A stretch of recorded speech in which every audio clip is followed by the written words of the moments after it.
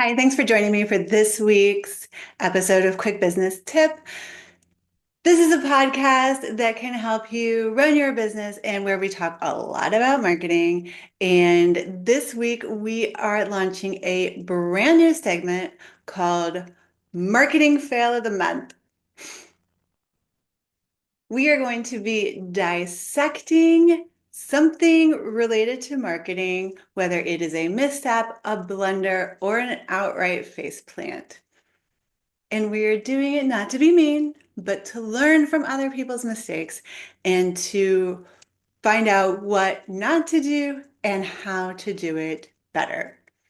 For our first episode of this recurring segment, Fail of the Month, we are going to tackle none other than Dunkin's Super Bowl campaign featuring Ben Affleck. Now, I need to be clear. I love Dunkin' coffee. I'm gluten-free, so I don't eat their donuts, and I do appreciate that at least at one time they made an attempt for a gluten-free brownie, because it's nice to have those options. And I like Ben Affleck. I've liked him since Good Will Hunting, even through some of his other mistakes. But I am not sure that this ad was the best way for Dunkin' to spend their advertising dollars. And the key word that I use to describe this marketing campaign is confusion. Because more than anything else, that's what I think when I've seen this ad. And it's what I've heard from other people as well. So in this very first marketing fail episode, we're not talking about a tiny little misstep here. We're talking about a multi-million-dollar mistake. If you haven't heard, because you were living under a rock, it costs companies $8 million just to air a 30-second ad for the Super Bowl. That does not include the money that they paid to Ben Affleck and the other actors, the videographers, the editing team, everybody involved in making this ad. Lots and lots of money. So in order to talk about this ad, I think it's important for us to look back at the 2024 Super Bowl ads. That is where Dunkin' first stepped into this campaign with Ben Affleck and the bright pink and orange colors. And I understand that these are Dunkin's colors and that, they're trying to stay on brand. But let's do a quick little review. Ben walks in, crashes the recording session with J-Lo. He's got his whole Boston crew, and he is trying to be a pop star. Now, there were some positives to this campaign. There's certainly a nostalgia factor, especially anyone who's around my age. And, there was a little bit of humor. There was some self-aware fun being poked at Ben Affleck and his sometimes awkward public persona. It wasn't a great ad, but it wasn't a complete disaster, and it certainly generated some buzz. People were talking about it. I don't know that their sales increased. I don't have that information, but not a complete fail. Aside from the re-airing of the ad in 2024, I didn't see any other ads that kept this theme going until this last Super Bowl rolled around. And here we are, Dunkin' again, another Super Bowl ad, more Ben Affleck, more Boston crew, more of the same stuff. But this time, not so much nostalgia. The humor doesn't really hitting. Everything felt forced.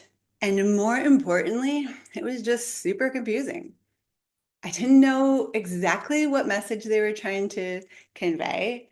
I didn't know if it was supposed to be about the coffee, the donuts, Ben Affleck having a midlife crisis. I couldn't tell you. After the first time I saw that ad, it literally just said, wow.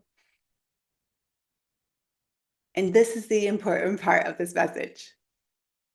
The cardinal sin of marketing is not having an ad that fails. It's not having an ad campaign that fails. It's not even spending millions of dollars and not having a return on your investment. The cardinal sin of marketing is lack of clarity. And that is why this ad made our very first marketing fail episode. But we can learn so much from Duncan's fumble. This is a lesson that applies to every business, no matter how big or how small. You cannot sacrifice clarity for any reason. You don't sacrifice it to get a celebrity endorsement. You don't sacrifice it because you're trying to have this like super quirky, humorous joke thing going on between you and your customers. You don't sacrifice it to be cool. You don't sacrifice it to be different. Small businesses, more often than not, fall into a trap of trying to be overly clever with their marketing. And I see this a lot, especially with taglines. They want to come up with something catchy or maybe something that rhymes, something with like super elaborate metaphors that sounds great when you're sitting in a brainstorming session and everybody already knows the business and what you do and what you're selling. But when you present it to your potential clients, it's not so clear. So if your potential customers don't understand what you're selling, why they should buy it, what problem this is going to solve for them within like 3 seconds, you've lost them. Attention spans are really that short now. And competition is through the roof. You cannot afford to be unclear in your marketing. One of the best ways that I know to test any kind of marketing message is the very simple but effective 10-year-old test. Here's how it works. Take your core marketing message. This can be your tagline, the headline that shows on your website above the area where you have to scroll down to, or your elevator pitch, and present it to a 10-year-old. If they are able to tell you what you do, what you sell, why you're valuable, something along the lines of being in the ballpark, you're good to go. But if they look at you with a blank stare or give you an answer that's completely out of left field, it might be time to go back to the drawing board. Kids are brutal and they're really honest. They haven't learned this level of politeness and they haven't learned to pretend they understand something when they don't. They're going to tell you straight up what is going on with what you're telling them. So if we look at the 10-year-old test, we look at the Dunkin ad through the lens of the 10-year-old test. Imagine showing this ad to a 10-year-old. We can even tell him, look, Ben Affleck, he's this really famous actor. We love him from when we were younger. We grew up with him. Lots of people think he's great. Lots of people think Dunkin' is great for their coffee and their donuts. And tell me what you think this ad's about. I don't think the 10-year-old is going to come back and say, oh, well, the guy that you like so much from when you were teen or whatever, like he's trying to sell you more donuts. I don't think that's what's going to happen. I don't think he's going to come back and say that guy that you think is cool, he's trying to get you to buy coffee. I just don't see it. A much clearer message might sound like Dunkin', delicious coffee and donuts to make your day better. It's that simple. It's direct, it's clear, and it's understandable by anyone, including the 10-year-old. So if clarity is the most important thing in any marketing that you're doing, Dunkin's ad also highlights another crucial piece of your marketing, and that is authenticity. The whole Ben Affleck, he's a Boston guy, he loves Dunkin. Like this could have worked for them. It has potential. But the ad itself felt super forced and let's be honest, not really authentic Ben Affleck at all. Consumers right now in 2025 are super sensitive when it comes to authenticity. And I have been blaming AI a lot for this lack of trust that is occurring, but that's not the only issue. A lot of people were lied to, especially during COVID when there was a lot of extra spending going on. And anytime that anyone is sensing any kind of inauthenticity, any level of fakeness, they are going to run in the exact opposite direction. So just keep in mind that your marketing needs to be true to your brand, your values, and speak to your audience. In short, just don't try to be something that you're not. So here are some key takeaways that we can learn from Dunkin and apply to our business to have marketing campaigns that are much, much more successful. First of all, clarity is king. Make sure your message is clear and easily understood by your target audience. Don't get distracted by bright, shiny objects.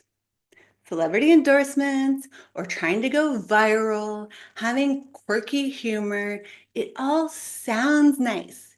It sounds like that might be something you want to chase after, but they are useless if your core message gets lost and it doesn't increase your sales.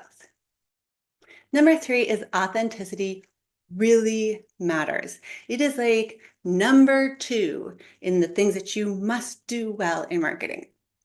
You need to stay true to your brand and you need to speak to your audience. Just don't try to be something that you're not. Number four is test, and then test some more. Don't assume that your message is clear just because you understand it, or the people on your team understands it, or your husband understands it. You need to get feedback from people who are actually going to buy this product from you or the service, and they don't know anything else about you or the service that you're delivering. And number five is to focus on engagement, not glamour metrics. You need to build real relationships with your audience and you need to make sales. So even if you do have 100,000 views or 1 million views on something, if your sales aren't increasing at all, it's probably not a marketing success. But I want to hear from you. I want to know what you think is a major marketing fail that you've seen recently. DM me, find me on social, send me an email, and let me know what you think should be featured on one of our upcoming monthly episodes. And if you find that you are struggling to clarify your marketing message, I want to help you.